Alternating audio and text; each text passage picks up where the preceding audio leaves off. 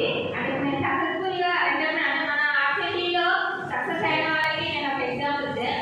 12 సంవత్సరాల క్రితము నేను ఒక స్టూడెంట్గా వచ్చి అందులో సెలెక్ట్ అయ్యి మళ్ళీ నాకు అడ్వాన్స్ ట్రైనింగ్ ఇప్పించి నన్ను ఫ్యాకల్టీగా చేశారు. ఇప్పుడు సార్ నేను 100 బ్యాచ్లు దాటిపోయాయి. 12 సంవత్సరాల నుంచి కంటిన్యూగా చేస్తున్నాను సార్. 2 రాష్ట్రాలలో అన్ని జిల్లాలలో టైలరింగ్ 85 బ్యాచ్లు చేశాను సార్. ఇప్పుడు మాకు